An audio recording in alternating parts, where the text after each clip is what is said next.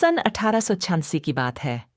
राजस्थान के किसी दूर दराज इलाके में एक वीरान हवेली हुआ करती थी, नागर हवेली।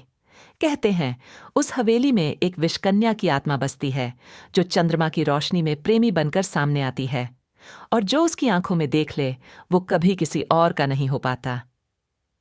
राजकुमार आदित्य उदयपुर के महाराज का इकलौता वारिस, घुड़सवारी और चित्रकला का दीवाना था। एक दिन वह पुराने खंडहरों की तस्वीरें बनाते हुए नागर हवेली के पास जा पहुंचा। लोगों ने मना किया था, वहां कोई नहीं जाता राजकुमार, वहां रूहें बसी हैं। लेकिन उसे इन बातों पर विश्वास नहीं था। उस रात उसने हवेली के आंगन में एक युवती को देखा। सफेद घाघरा, चांदी की पायलें और आंखों में भटका हुआ चंद्रमा। वो उसे अप्सरा लगी। उसका नाम था मृणालिका। हर रात आदित्य हवेली जाता। मृणालिका चित्रों के लिए पोज देती, कभी गीत गुनगुनाती और कभी बस चुपचाप उसे निहारती। धीरे धीरे आदित्य को उससे प्रेम हो गया। लेकिन एक बात अजीब थी, मृणालिका कभी सुबह नहीं दिखती, कभी छूने नहीं देती, और जब भी आदित्य उसका नाम लेता वो बस मुस्कुराकर कहती, मुझे मत बुलाओ, मैं बस रातों की कहानी हूं। एक रात उसने पूछा, तुम कौन हो? मृणालिका का चेहरा बदल गया।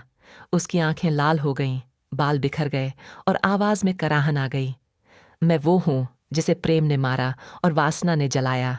अब मैं सिर्फ आत्मा हूं, इंतजार में, किसी ऐसे के जो मेरी आत्मा से प्रेम करे, शरीर से नहीं। राजकुमार फिर भी डरा नहीं।